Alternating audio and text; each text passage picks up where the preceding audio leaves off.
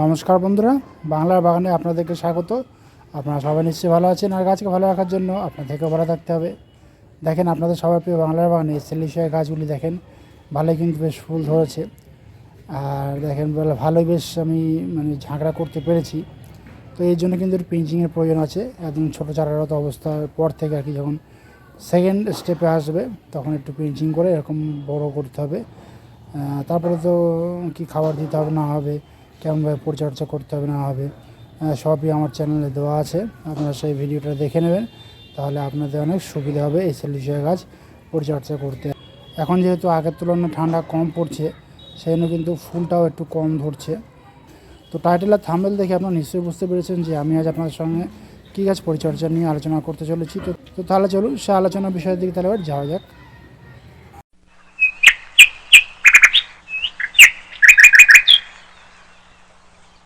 দেখেন, এই ফুলগুলিকে দেখে আপনারা নিশ্চয়ই চিনতে পেরেছেন যে এগুলি কী ফুল গাছ। হ্যাঁ, এগুলি হলো বোগানভেলিয়া বা পেপার ফুল গাছ। দেখেন বেশ সুন্দর কিন্তু এসছে ফুলগুলো। দেখেন এখানে দেখেছেন কালারটা, দেখেন এটা হোয়াইট, পাশেই দেখেন একটা ইয়েলো রয়েছে, এর পাশেই দেখেন অসাধারণ। এই সমগ্র শীতকাল জুড়ে তো ফুল দিয়েই যাচ্ছে এই গাছ, আর বসন্তকালেও কিন্তু এই গাছ থেকে প্রচুর ফুল পাওয়া সম্ভব। আমি আপনাদেরকে দেখিয়েছিলাম এই গাছের কাঁচড়া ছাঁটাই কীভাবে করবেন, তারপরে কীভাবে রিপোর্টিং করবেন, তারপরে দেখিয়েছিলাম এই গাছকে কেমনভাবে লাইট প্রুনিং করবেন। দেখেন তারপরে কিন্তু বেশ ভালোই ফুল এসছে। এই গাছে ফুলটা এসছে একটু কম সংখ্যায়, তবে পরিমাণে বাড়বে, কেননা দেখছি আরও কুড়ি এসছে। যেমন দেখেন এই যে কুড়ি ধরে রয়েছে, দেখেছেন। তো এই গাছকে এখন তাহলে আপনারা কীভাবে পরিচর্যা করবেন, দেখুন এক্ষেত্রে কটি টিপস আমি আপনাদের সঙ্গে শেয়ার করব।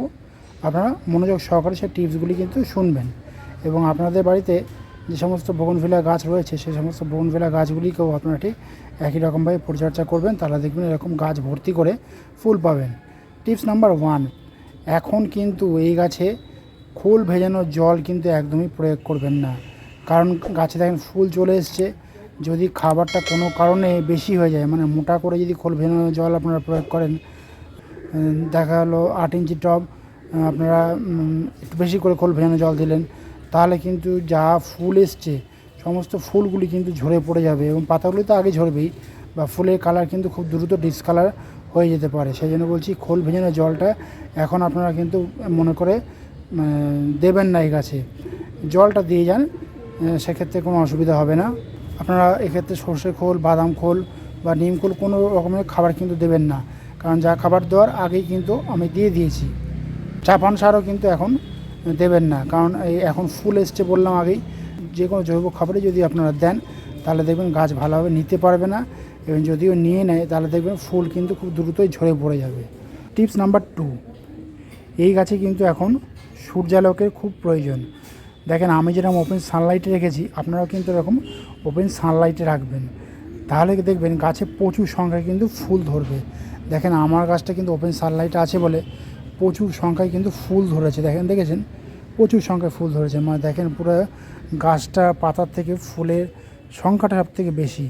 এই দেখেন দেখেছেন ফুলগুলিকে শুধু আপনারা দেখেন, পুরো থোকা থোকা কাঁদি কাঁদি ফুল এসছে। সেটা বলছি ওপেন সানলাইটে কিন্তু এখন রাখবেন। এখন যদি শেড এরিয়াতে রাখেন, এরকম ভালো ফুল কিন্তু আপনারা পাবেন না, কারণ শেড এরিয়াতে রাখার সময় এখন নয়। টিপস নাম্বার 3, জলসেচ ব্যবস্থা। আমি আপনাদেরকে আগেই বলেছি এই গাছে এখন যদি ফুল এসছে জল দিতে হবে, তবে মাটিতে কিন্তু সবসময় একটা ময়েস ভাব বজায় রাখতে হবে, কারণ জল বেশি হয়ে গেলে কিন্তু ফুলগুলি ঝরে পড়ে যাবে। পাতাগুলো তো ঝরবেই হলুদ হয়ে, ফুলগুলি ঝরে পড়ে যাবে। সেই জন্য বলছি জলটা যেন বেশি না হয় সেদিকে কিন্তু খেয়াল রাখবেন। শুধুমাত্র মাটিতে একটা ময়েস্ট ভাব বজায় রাখবেন, তাহলে দেখবেন এরকম প্রচুর সংখ্যায় ফুল কিন্তু আপনারা পাবেন। দেখেন এখানে আমি কিন্তু মাটিতে একটা ময়েস্ট ভাব বজায় রেখেছি, এবং শুকনো ভাব কিন্তু হতে দিলে হবে না, কারণ বেশি শুকনো হয়ে গেলে ফুলের পাতাগুলিই ঝরে পড়ে যেতে পারে এবং ফুলটাও কিন্তু ঝরে পড়ে যেতে পারে। সেই জন্য বলছি এরকম একটা ময়েস্ট ভাব আপনারা বজায় রাখবেন অবশ্যই, যাতে গাছ সবসময় একটা জলের ভাবটা আর কি বুঝতে পারে যে মাটিতে সে জল রয়েছে, এবং শিকড়ের মাধ্যমেও জলটা সবসময় গ্রহণ করতে পারবে। কিন্তু মাটি যদি শুকিয়ে দেওয়া যায়, শিকড়গুলি জল পাবে না, গাছ ঝিমিয়ে পড়বে, এবং ফুলের পাপড়িগুলিও দেখবেন নিতেই যাবে, এবং পাতাগুলিও দেখবেন ঝরে পড়ে যাবে। সেই জন্য জলের অভাব কিন্তু এই গাছকে বুঝতে দিলে এখন হবে না, যেহেতু ফুল চলে এসছে। ফুল যখন আসেনি তখন জলের টান ভাবটা কিন্তু বজায় রাখতে হবে, এটা আমি আপনাদেরকে আগেই বলেছিলাম। কিন্তু এখন মাটিতে একটা ময়েশ্চারাইজার ভাব কিন্তু আপনি অবশ্যই বজায় রাখবেন। দেখেন আপনারা, আমি এরকম কিন্তু মাটিতে একটা ময়েস্ট ভাব বজায় রেখেছি, এতেই যথেষ্ট। এতে যা জল পাবে ওতেই কাজও সেরে নেবে। কিন্তু কখনোই জলটা জ্যাবে পুরো মাটিতে যেন কখনোই জ্যাবে পুরো ভিজে না হয়ে যায়, সেদিকে কিন্তু খেয়াল রাখবেন। টিপস নাম্বার 4, এখন যেহেতু দেখেন গাছ ভর্তি করে কিন্তু ফুল রয়েছে, মানে কাঁধি কাঁধি দেখেন এরকম ফুল রয়েছে, তো সেহেতু এই গাছে কিন্তু একটু খাবার আমাদেরকে প্রয়োগ করতে হবে। তবে এক্ষেত্রে মনে রাখবেন, কোনো রকমেই কিন্তু আপনারা কোনো জৈব খাবার আপনারা প্রয়োগ করবেন না। ভুল করেও এই খাবার প্রয়োগ করলে কিন্তু গাছেরই ক্ষতি হয়ে যাবে এবং আপনাদের মনটারও খুব খারাপ হয়ে যাবে। কারণ আমি আগেই বলেছি যে এই গাছে কিন্তু জৈব খাবার এখন প্রয়োগ করা যাবে না। এখন আপনারা করবেন কি, এই গাছে 10-26-26 নামক যে রাসায়নিক খাবারটা রয়েছে সেই খাবারটা আপনারা দিয়ে যাবেন। টবের মাপ অনুযায়ী এই খাবারটা দেবেন। যদি 8 ইঞ্চি টবে থাকে তাহলে 8 থেকে 10টা দানা আপনারা টবের কাঁধ বরাবর একটু খুঁড়ে খুঁড়ে নিয়ে আপনারা দিয়ে যাবেন। এর পাশাপাশি কিন্তু আপনারা 0050 নামক খাবারটাও কিন্তু আপনারা টবের মাটিতে দিতে পারেন। আর যাদের কাছে 0050 খাবারটা নেই তারা এমওপি অর্থাৎ লাল পটাশ খাবারটাও কিন্তু আপনারা দিয়ে যাবেন। আপনারা আইসক্রিমের চামচে হাফ চামচ লাল পটাশ নিয়ে টবের চারিদিকে কাঁধ বরাবর খুঁড়ে দিয়ে আপনারা দিয়ে দেবেন। খাবারটা দিয়ে মাটি চাপা দিয়ে অল্প পরিমাণে জল দেবেন, তাও হবে। গাছের পাতাতে বা ফুলের উপরে যেন এখন কোনো রকমের খাবার কিন্তু আপনারা স্প্রে করবেন না বা প্রয়োগ করবেন না ভুল করেও, তাহলে কিন্তু দেখবেন পাতার উপরে একটা কালো কালো স্পট পড়ে যাবে এবং মানে ফুল তার কালার কিন্তু হারিয়ে ফেলবে। মানে সুন্দর সুন্দর রঙের আপনারা বোগনভিলিয়া ফুল কিন্তু আপনারা ধরে রাখতে পারবেন না। এবং সবসময় আপনারা খেয়াল রাখবেন গাছের যে ফুলগুলি হয়েছে না, সেই ফুলের পাপড়িগুলির উপরে যেন কখনোই জল না পড়ে, সেদিকটা খেয়াল রাখবেন। আপনারা যখন জল দেবেন তখন কিন্তু টবের মাটিতে জল দেবেন, গাছের পাতার উপর বা ফুলের পাপড়ির উপরে কিন্তু আপনারা জল প্রয়োগ করবেন না ভুল করেও। এই দুটো রাসায়নিক খাবারই আপনারা ঘুরিয়ে ফিরিয়ে দিয়ে যাবেন সাইকেল ওয়াইজ। 10 দিন অন্তর দিতে পারেন বা 12 দিন অন্তর দিতে পারেন, তাহলেই হবে। আর এখন কোনো রকমের কিন্তু অনুখাদ্য কিন্তু এই গাছে এখন প্রয়োগ করবেন না ভুল করে, তাহলে দেখবেন গাছের ফুলগুলি লাস্টিং করবে অনেক দিন। আমি যে দুটি খাবার বললাম সেই দুটি খাবারই কিন্তু আপনারা সাইকেল ওয়াইজ ইউজ করে যাবেন, তাহলেই যথেষ্ট। টিপস নাম্বার 5, দেখুন এই গাছে কিন্তু কোনো রকমের কীটনাশক কিন্তু এখন ভুল করেও আপনারা প্রয়োগ করবেন না। প্রয়োগ করবেন কখন, যখন আপনারা কাটাছাঁটাই করবেন, কাটাছাঁটাই করার পরে তখন কিন্তু আপনারা প্রয়োগ করতে পারেন। কারণ এই গাছে কিন্তু এই সময় কীটপতঙ্গের কোনো রকমের আক্রমণ কিন্তু হবে না। হ্যাঁ, তবে ফুলের কালারগুলির জন্য কিন্তু একটু কীটপতঙ্গ আসতে পারে, তখন অবস্থা বুঝে ব্যবস্থা নেওয়া হবে। তবে দেখেন আমি কিন্তু এখন কোনো রকমের কীটনাশক কিন্তু আমি আমার গাছগুলিতে প্রয়োগ করিনি, যার ফলে দেখেন পাতাগুলি দেখেন ঝাঁ চকচকে রয়েছে। এই গাছে কীটপতঙ্গের আক্রমণ অতটা বেশি হয় না, তবে মাঝে মাঝে কিন্তু একটু জাপ পোকা আপনার এই গাছে কিন্তু আসতে পারে কখনো সখনো, সেটা ফুলের কালার ওয়াইজে ভিত্তি করে। যেমন হলুদ ফুলে কিন্তু এই সময় জাপ পোকার আক্রমণ হতে পারে বেশি করে, তো সেই জন্য কিন্তু আপনাদেরকে আগে থেকে একটু সতর্ক হতে হবে। আপনারা ফুল আসার আগে যাদের কাছে এখনও ফুল আসেনি তারা নিম অয়েলটা আপনারা স্প্রে করবেন, যেহেতু এটা অর্গানিক সেহেতু কোনো অসুবিধা হবে না।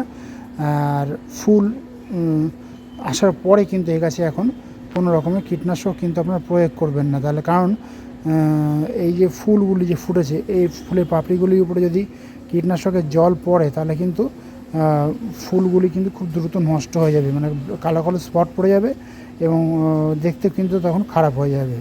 সেই জন্য আপনারা কোনো রকমের কীটনাশক কিন্তু ফুল আসার পরে আপনারা ইউজ করবেন না। টিপস নাম্বার 6, যে সমস্ত ফুল আপনাদের গাছে শুকিয়ে গেছে সেই সমস্ত ফুলগুলিকে আপনারা কেটে কেটে ফেলে দেবেন। এই যদি এরকম এক ঝাঁক ফুল শুকিয়ে যায় আপনারা কাটার দিক দিয়ে এই এক ঝাঁক ফুল শুকনো ফুল আর কি এগুলো সেগুলো কেটে কেটে ফেলে দেবেন, তাহলে দেখবেন পাশ থেকে আবার নতুন ঝাঁক আর কি বেরোবে এবং দেখবেন ফুল ধরবে। যেমন দেখেন এটার ক্ষেত্রে দেখেন আমি আমার যে ফুল হয়েছিল সেই সমস্ত শুকনো ফুলগুলিকে আমি কেটে ফেলে দিয়েছিলাম এবং তারপরে দেখেন দ্বিতীয়বার কিন্তু ফুল আসছে, দেখেছেন। ওই জন্য বলছি শুকনো ফুল কিন্তু আপনারা রাখবেন না, কারণ শুকনো ফুল রাখলে গাছ বুঝতে পারবে যে আমার ফুল দেওয়ার সময় নেই, ও তখন কিন্তু আবার ফুল দেওয়া স্টপ করে দেবে। সেই জন্য বলছি এখন কিন্তু শুকনো ফুল দেখলে সেই শুকনো ফুলগুলিকে অবশ্যই কিন্তু আপনারা কেটে কেটে ফেলে দেবেন। তাহলে দেখবেন পাশ থেকে আবার নতুন ব্রাঞ্চ বেরিয়ে এরকম ঝাঁকে ঝাঁকে ফুল আসতে চলেছে আপনাদের বোগনভিলিয়া গাছে। তো আমি আপনারা এই বোগনভিলিয়া গাছে ফুল আসার পরে কীভাবে পরিচর্যা করবেন না করবেন আমি সমস্ত কিছুই কিন্তু A to Z ডিটেলসে বলে দিয়েছি। আশা করি আপনাদের বুঝতে কোনো অসুবিধা হবে না। আপনারা ঠিক সেইভাবেই পরিচর্যা করে যাবেন, দেখবেন এই বোগনভিলিয়া গাছ থেকে কিন্তু আপনারা প্রচুর সংখ্যায় ফুল পাবেন খুব সহজেই। তো বন্ধুরা আজ এই পর্যন্তই। আর যদি কোনো কমেন্ট থাকে তাহলে কিন্তু বাংলার বাগানকে জানাতে ভুলবেন না, কারণ বাংলার বাগান সবসময় আপনাদের পাশে ছিল, আছে এবং থাকবে। আর আমার এই ভিডিওটি যদি আপনাদের ভালো লাগে তবে লাইক করবেন, গাছপ্রেমী বন্ধুদের মধ্যে শেয়ার করবেন এবং আমার চ্যানেলটিকে সাবস্ক্রাইব করে বেল আইকনটিকে প্রেস করে অল নোটিফিকেশনটিকে প্রেস করে রাখবেন, যাতে নিত্য নতুন ভিডিওগুলি আপনাদের কাছে খুব সহজেই পৌঁছে যেতে পারে।